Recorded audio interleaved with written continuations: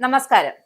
ഇന്ത്യയുടെ തദ്ദേശീയ ആണവ സാങ്കേതിക വിദ്യയുടെ കരുത്ത് വിളിച്ചോതിക്കൊണ്ടാണ് കൽപ്പാക്കത്തെ പ്രോട്ടോടൈപ്പ് ഫാസ്റ്റ് ബ്രീഡർ റിയാക്ടർ അതിന്റെ ഏറ്റവും നിർണായകമായ ഘട്ടം വിജയകരമായി പിന്നിട്ടിരിക്കുകയാണ്. പ്രധാനമന്ത്രി നരേന്ദ്രമോദിയും വിദേശകാര്യമന്ത്രി എസ് ജയശങ്കറും ഈ നേട്ടത്തെ ഇന്ത്യയുടെ ആണവ യാത്രയിലെ നിർണായകമായ ചുവടുവയ്പ് എന്നാണ് വിശേഷിപ്പിച്ചത്.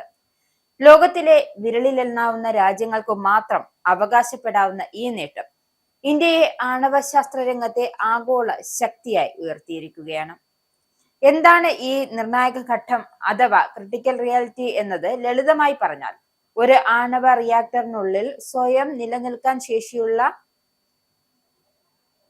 ഒരു ചെയിൻ റിയാക്ഷൻ ആരംഭിക്കുന്ന ഘട്ടമാണിത്.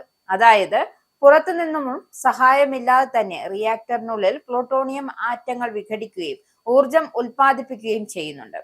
ഒരു വിമാനം ടേക്ക് ഓഫ് ചെയ്യുന്നതിന് മുമ്പ് റൺവേയിലൂടെ കുതിച്ചുയരാൻ തയ്യാറെടുക്കുന്ന അവസ്ഥയോട് ഇതിനെ നമുക്ക് ഉപമിക്കാൻ സാധിക്കും.